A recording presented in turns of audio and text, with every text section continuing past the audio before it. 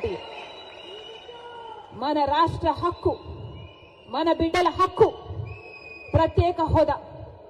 ఈరోజు ఎంతమంది విలువనిస్తున్నారు ప్రత్యేక హోదా గురించి? ఎంతమంది పట్టించుకుంటున్నారు ప్రత్యేక హోదా గురించి? అసలు ప్రత్యేక హోదా మన రాష్ట్రానికి వచ్చునుంటే ఈ పాటికి ఎక్కడుండును మన రాష్ట్రం?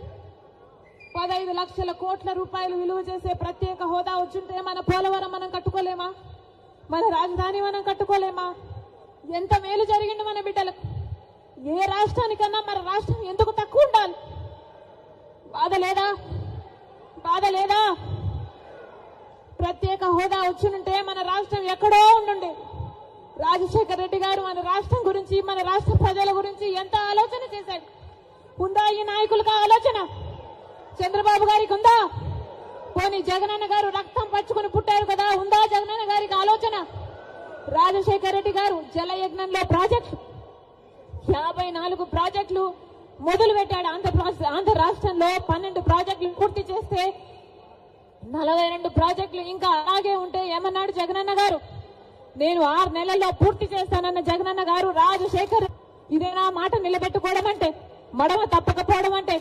ఇచ్చిన మాటను మడత పెట్టారు కదా. మీరా రాజశేఖర రెడ్డి గారి వారసు? ఆలోచన చేయాలి. రాష్ట్ర ప్రజలందరూ కూడా ఆలోచన చేయాలి. ఈరోజు వ్యక్తిగత కారణాల కోసం రాజశేఖర రెడ్డి బిడ్డ ఆంధ్ర రాష్ట్ర రాజకీయాలలో అడుగు పెట్టలేదు. వ్యక్తిగత రాజకీయాల కోసమే అయితే, వ్యక్తిగత కారణాల కోసమైతే రాజశేఖర రెడ్డి బిడ్డ 2019లోనే ఆంధ్ర రాష్ట్రంలో అడుగు పెట్టాల్సి ఉంది. కానీ ఈరోజు ఆంధ్ర రాష్ట్రంలో రాజశేఖర రెడ్డి బిడ్డ అడుగు పెట్టింది అంటే ఎందుకు పెట్టింది? ఎందుకంటే ప్రత్యేక హోదా కోసం కనీసం పోరాడే వాళ్ళు కూడా లేకపోయారే. మనం పోరాడకపోతే ఆంధ్ర రాష్ట్రంలో ప్రత్యేక హోదా ఎప్పటికీ రాదు. కాబట్టి ప్రత్యేక హోదా ఇస్తానన్న ఏకైక వ్యక్తి రాహుల్ గాంధీ గారు. మొట్టమొదటి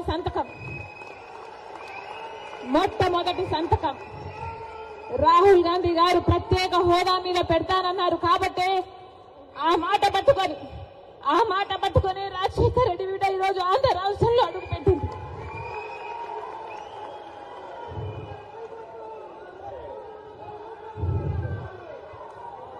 ప్రత్యేక హోదా లేకపోతే ఆంధ్ర రాష్ట్రానికి భవిష్యత్తే లేదు. ప్రత్యేక హోదా లేకపోతే ఆంధ్ర రాష్ట్రం అభివృద్ధి చెందదు అని 10 సంవత్సరాలుగా చూసామా లేదా? మరి ప్రత్యేక హోదా మనకు లేకపోతే ఆంధ్ర